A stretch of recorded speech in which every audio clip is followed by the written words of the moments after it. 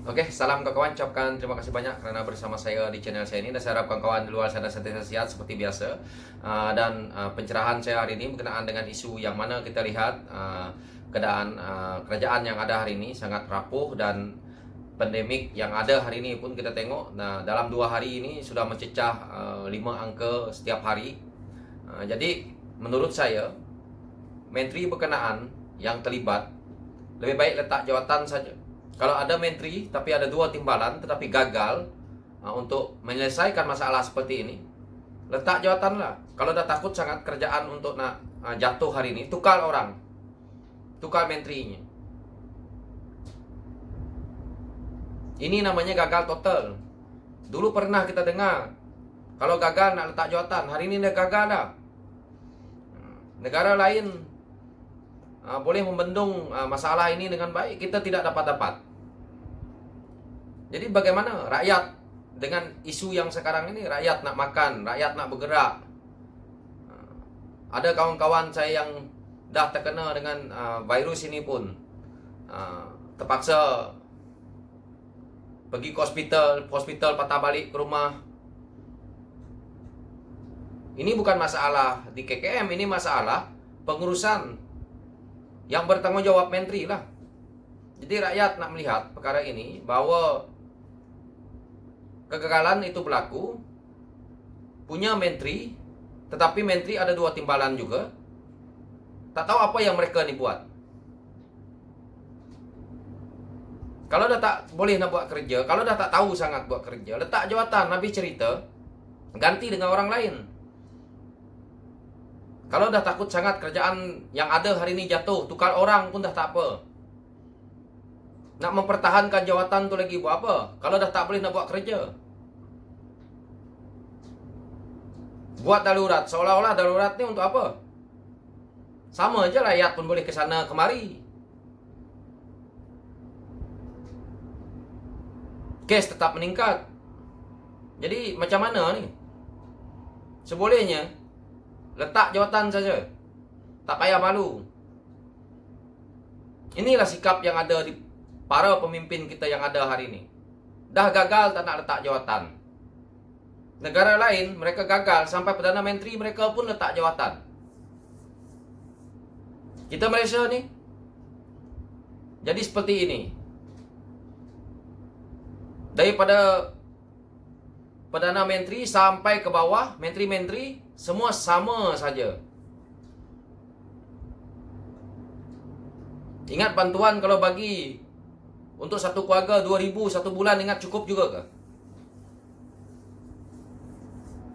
Apalagi kalau di bawah 2,000. Dalam keadaan seperti ini, banyak hal yang mereka boleh buat. Mereka tidak buat untuk membendungkan isu ini. Kenapa negara lain boleh buat? Negara kita yang sekecil ini pun mereka tak mampu nak urus. Inilah sikap pemimpin kita yang ada hari ini. Nanti PRU ke-15, ni pemimpin-pemimpin yang ada ni, rakyat tengoklah. Jangan lagi tolakkan dia. Setelah kita tolak, kita tengok pula apa yang dia dah buat. Hari-hari rakyat melungut kerana isu yang seperti ini. Mereka yang di atas bersenang-lenang, gaji puluh-puluh ribu, ada yang mencecah ratus ribu, belum yang pegang GLC lagi. Hari ini mereka buat darurat. Rakyat tak ada penghasilan. Kedai semua tutup. Orang-orang yang buka kedai itu tak payah jauh. Orang yang buka kedai gunting ke, orang yang buka kedai makan ke. Ini yang orang yang buka kedai ini, orang yang kecil-kecil, yang agak sederhana. Nak makan apa? Kalau isu ini berpanjangan. Dengan nilai mata wang kita pun drop jauh. Bagaimana kita ni sebagai rakyat hendak melihat sisi yang baik tentang kerjaan yang ada hari ini? Mungkin ramai yang merungut di belakang, tetapi tidak mampu buat video seperti apa yang saya buat ini. Jadi saya harap mana yang menonton video ini, yang rasa komen saya ini tidak betul, Anda boleh komen kepada saya balik.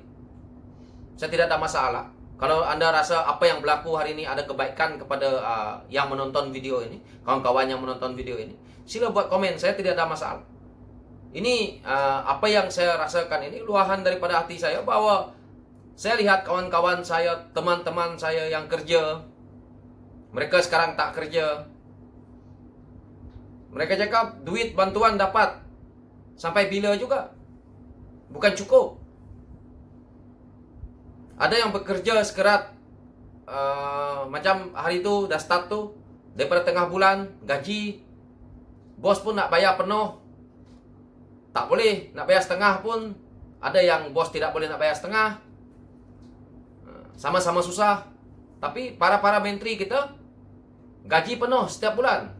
Tak ada satu pun menteri yang ada di dalam kerajaan yang ada hari ini nak sedekahkan gaji dia, nak sedekahkan allowance, nak sedekahkan dia punya penghasilan daripada GSC mereka.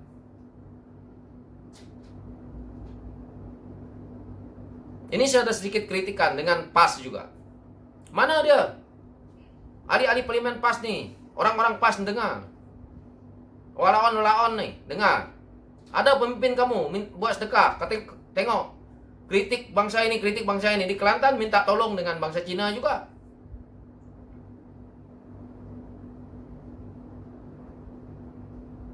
Jika begini juga PAS ini nak memimpin negara, nak memimpin apa? Kalau dia tak berkisar kepada satu kaum. Ingat, satu kaum saja yang ada di Malaysia nih. Walaupun majoriti kaum, contohnya majoriti kaum itu Melayu, tetapi bangsa lain tuh banyak yang Putra seperti Sabah dan Sarawak yang bukan pula beragama Islam. Harus fikir ke situ. Ini nak jadi pemimpin seolah-olah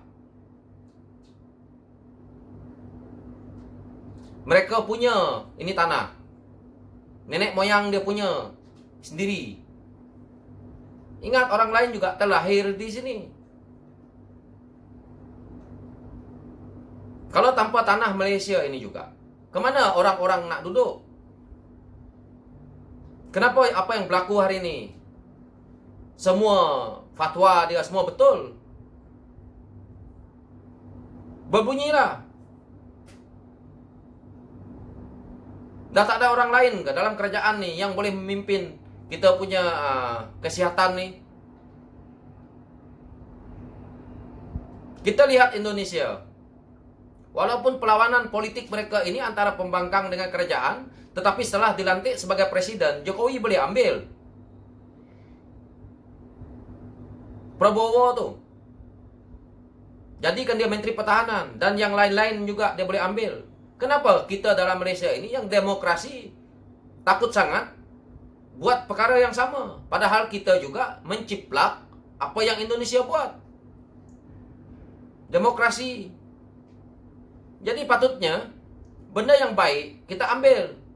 Tidak payah kita nak ego, ambil yang terbaik daripada negara lain, kita gunakan.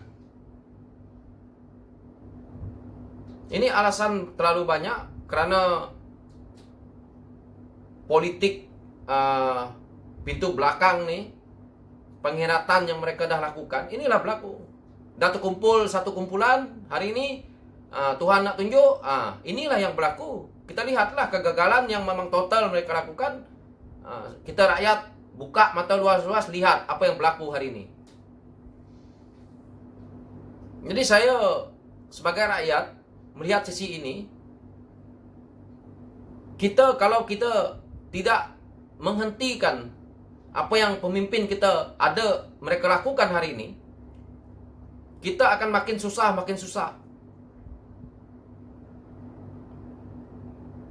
Mereka hanya menekan rakyat, buat ini, buat itu. Rakyat Malaysia ini tidak susah sebenarnya. Orang suruh pakai mask, dia pakai mask. Orang suruh dia jangan cuci tangan, basuh tangan, dia cuci. Dia ikut. Tapi masalahnya, kalau kita bagi sesuatu yang menyusahkan rakyat seperti ini, rakyat akan memberontak. Hari ini belum, tetapi kita tengok dalam beberapa bulan lagi, kalau perkara ini tidak dihentikan, darurat ini akan kita lihat rakyat mungkin kita lihat rakyat tidak dapat melakukan seperti yang di Indonesia, nak buat batahan seperti membuat perhimpunan apa, mungkin tidak, tetapi rakyat akan menunggu DPRU akan datang, pemimpin-pemimpin kita yang mana yang kita lihat perangai dia seperti ini hari ini. Saya rasa rakyat akan paham dan akan humban. Ini mungkin generasi yang terdahulu tidak masih mau, bukannya tidak mau, masih mau dengan pemimpin yang mereka idolakan hari ini, yang mana terjebak dengan berbagai-bagai isu ini. Tetapi saya percaya pemimpin yang seangkatan dengan saya ataupun di bawah-bawah saya ini, apalagi yang umur 18-19 tahun, mereka tidak mahu ini. Saya yakin itu. Pola perubahan kepada rakyat itu tidak sama dengan mana-mana tahun yang selepas PS menang ini, 2018, tidak sama lagi.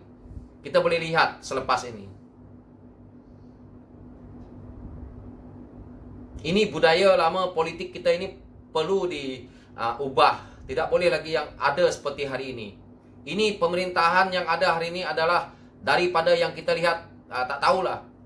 Saya pun dah malas asyik nak menyalahkan Tun. Ini adalah pemerintahan yang diwarisi daripada Tun waktu dalam UMNO, yang ada sampai hari ini dilakukan oleh kerajaan PN ini bercorak yang sama. Ini kalau menurut saya, menurut pandangan kawan-kawan yang lebih arif tentang hal-hal politik, mungkin kawan-kawan boleh jelaskan, boleh buat komen di bawah supaya saya akan datang, saya akan cari maklumat yang boleh saya perjelaskan kepada orang lain supaya membantu orang lain. Karena saya bukan sepintar kawan-kawan di luar sana, orang-orang politik, orang-orang hebat. Saya hanya sebagai rakyat biasa yang inginkan kebebasan hidup nih yang lebih baik, seperti kita lihat negara lain. Jangan kita selalu beralasan bahwa semua negara pun sama. Saya lihat cara mereka mengelak daripada berlaku terlalu teruk di waktu pandemik ini. Mereka cuba melakukan sesuatu yang baik untuk negara mereka. Tetapi kalau di Malaysia, pandemik ini, para menteri kita yang terlibat dengan isu-isu COVID ini, mereka menggunakan kesempatan ini untuk mendapatkan penghasilan daripada projek-projek, daripada tender-tender. Jadi benda ini selalunya tak sampai kepada rakyat, yang mana kita lihat hari ini. Semua mereka pun berdiam diri, tidak ada yang cuba mengeluarkan satu kenyataan yang menyenangkan hati rakyat. Oke kawan-kawan, so sekian dulu dari saya. Saya harap kawan-kawan sentiasa sehat seperti biasa ya. Oke, nanti jumpa lagi di lain waktu. Oke, thank you.